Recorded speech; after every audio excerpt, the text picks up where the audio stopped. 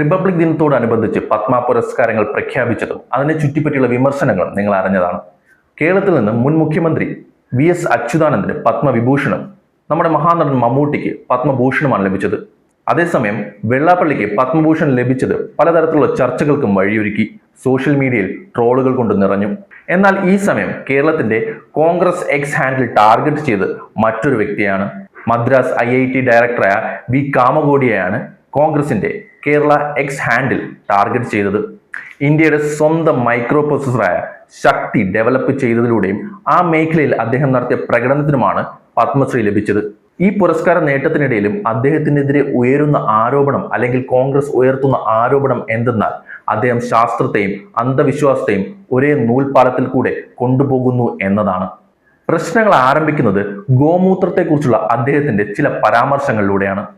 ഗോമൂത്രം കുടിച്ചപ്പോൾ 15 minute കൊണ്ട് പനി മാറിയെന്നും അത് ദഹനത്തിനും ബാക്ടീരിയയ്ക്കും നല്ലതാണെന്ന് അദ്ദേഹം പറഞ്ഞു. IITയുടെ തലപ്പത്തിരിക്കുന്ന ശാസ്ത്രത്തെക്കുറിച്ച് സംസാരിക്കേണ്ട ഒരാൾ ഇങ്ങനെ പറയുമ്പോൾ അത് നൽകുന്ന സന്ദേശം തെറ്റാണെന്ന് പറയാതെ വയ്യ. IITയിൽ ഇരുന്നു കൊണ്ട് പശുവിൻ മൂത്രത്തെക്കുറിച്ചുള്ള അത്യാധുനിക ഗവേഷണം നടത്തിയതിനും ഗോമൂത്രത്തെ ലോകത്തിന്റെ മുമ്പിൽ എത്തിച്ചതിനുമുള്ള അംഗീകാരമാണ് നിങ്ങൾക്ക് ലഭിച്ചതെന്നാണ് കോൺഗ്രസ് തങ്ങളുടെ എക്സ് ഹാൻഡിലൂടെ പരിഹസിച്ചത്. എന്തുകൊണ്ടാണ് കോൺഗ്രസ് ഉന്നയിച്ച വിമർശനം വാലിഡ് ആകുന്നത്? ശാസ്ത്രം പരീക്ഷണങ്ങളിലും ഡാറ്റകളിലുമാണ് വിശ്വസിക്കുന്നത്. ഒരാൾക്ക് മാറി എന്നതുകൊണ്ട് അതൊരിക്കലും ശാസ്ത്രീയമായ തെളിവാകില്ല. ക്ലിനിക്കൽ ട്രയലുകളിലൂടെ തെളിയപ്പെടാത്ത ഒരു കാര്യം ശാസ്ത്രമാണെന്ന് പറയുമ്പോൾ അതിനെ ആരെങ്കിലും പരിഹസിച്ചാൽ കുറ്റം പറയാൻ കഴിയില്ല.